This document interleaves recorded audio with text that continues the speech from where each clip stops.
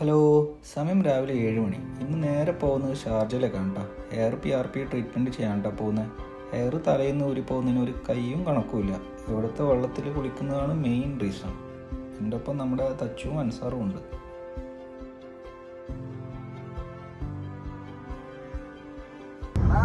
Continuous ആയിട്ട് ഇടാൻ content വേണ്ടേ?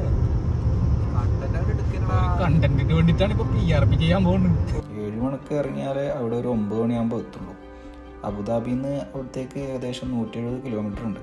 അങ്ങനെ ഷാർജ എത്തി വണ്ടി പാർക്കിങ്ങിലിട്ട് നേരെ ക്ലിനിക്കിലേക്ക് നടന്നു. ഇതാണ് കേട്ടോ ക്ലിനിക്ക്. ഞാൻ തന്നെയാണ് കേട്ടോ ഫസ്റ്റ് എത്തിയത്. ഡോക്ടറൊക്കെ എത്താൻ ഇനി 10 മണിയാവും. ഞാനൊരു അപ്പോയിൻമെൻറ്റ് കൊടുത്ത് ഒരു ചായ കൊടുത്ത് ഇവിടെ ഇരുന്നു. PRP 2-3 ടൈപ്പ് ഉണ്ട്.